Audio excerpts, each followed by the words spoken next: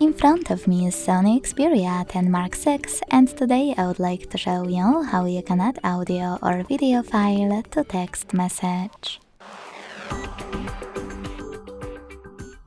Begin by launching Messages app and selecting or creating a chat.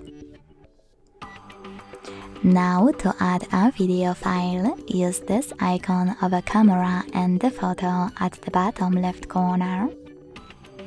Look for your video here if it's recent and click on it to attach it. If it's not recent, select Folders at the top and look for it here.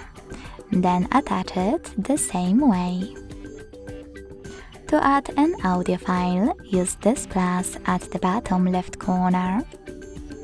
Select Files and look for your file by tapping on Audio at the top, accessing one of those apps or clicking on those three lines at the top left corner to pick one of those sources. Either way, after finding it, hold it and click Select at the top right corner to attach it. Thanks so much for watching. If you enjoyed this video, don't forget to leave a like, comment and subscribe. Bye!